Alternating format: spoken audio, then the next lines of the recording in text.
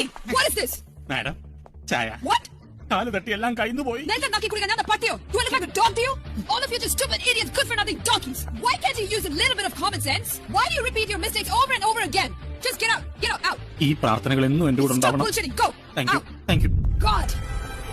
ആ ചെറിയ വര 100 ഗ്രാം അല്ലേ? കൈ കടേന്റെ മോളെ ഒന്ന് വേഗം തീരുമാനാക്ക്. ശരി. ഈ കുന്ത്രാണ്ടം വെറും തട്ടിപ്പാ. കട്ടി വെച്ച് നോക്കിയാലേ ശരിക്കുള്ള തൂക്കം കിട്ടും. ഞാനേ ഇത് ഇന്നെന്തെങ്കിലും തുടങ്ങിയ പണിയല്ല. ഞാനും ഇത് ഇന്നും ഇന്നലെയും തുടങ്ങിയ പണിയല്ല. ഒരു കാര്യം ചെയ്യും, നീ തന്നെ നേരിട്ട് ചന്തയിൽ കൊണ്ടേ ബുക്ക്. പേടിപ്പിക്കല്ലേ ഗോപേട്ടാ. ചന്തയിൽ എത്തിയതിന് എത്ര കിട്ടുന്ന അറിയാൻ വയ്യാഞ്ഞിട്ടൊന്നല്ല. പിന്നെ പോട്ടേന്ന് വെച്ചിട്ടാ. അയാളുടെ കാശെടു. ഒരു 50 പൈസയുടെ കുറവുണ്ടല്ലോ. 50 പൈസ പിച്ചക്കാരും കൂടി വാങ്ങില്ല എന്റെ മോളെ. ഇതേ പിച്ചക്കാർക്ക് കൊടുക്കാനുള്ളതല്ല. എന്റെ ഗോപിയേട്ടാ ഇവളുടെ കൈ കൊണ്ട് പിച്ചക്കാരന് 50 പൈസ കൊടുക്ക്.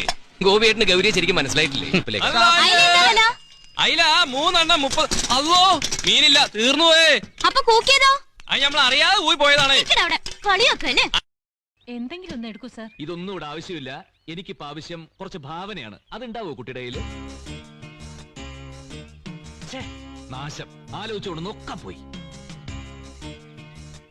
ബ്രെയിൻ മസാജർ ഉണ്ട് സാർ, വേണോ? വേറൊന്നും എനിക്ക് വേണ്ടെന്ന് പറഞ്ഞില്ലേ സാർ? ഉറങ്ങിക്കിടക്കുന്ന ബ്രെയിൻ സെല്ലുകളെ തരംഗങ്ങളിലൂടെ മസാജ് ചെയ്ത് ചിന്തയെയും ഭാവനയും ഉണർത്തും ബ്രെയിൻ മസാജർ. എല്ലാ തിരക്കഥാകൃത്തുകളും വാങ്ങിയിട്ടുണ്ട് സാർ. അതെന്താ സാധനം? നോക്കട്ടെ. ഒരൊറ്റ പീസേ ഉള്ളൂ. സാറിന് അത്യാവശ്യമാണെങ്കിൽ മാത്രം തരാം. സയൻസിന്റെ ഓരോ പുരോഗതിയെ ഭാവന ഉണർത്താനും മെഷീനോ? തരംഗങ്ങൾ ഉണ്ടാവുന്നുണ്ടോ സാർ?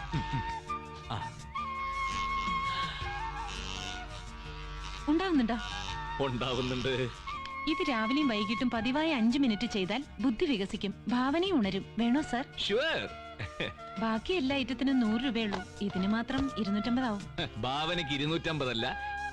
ചായ വേണോ മോന്? വേണ്ട ചേച്ചി. ഇവൻ കടയിൽ പോകാൻ തുടങ്ങിയ പിന്നെ അടുക്കള കയറാത്തത്. മല്ലി ഉറക്കല്, തേങ്ങാ ചെരവല്, ചേച്ചിന്ന് വിളിച്ചോണ്ട് എപ്പോഴും അടുക്കളയിൽ തന്നെ. ഇവന്റെ കാര്യം കേട്ടാ ഭയങ്കര രസമാ.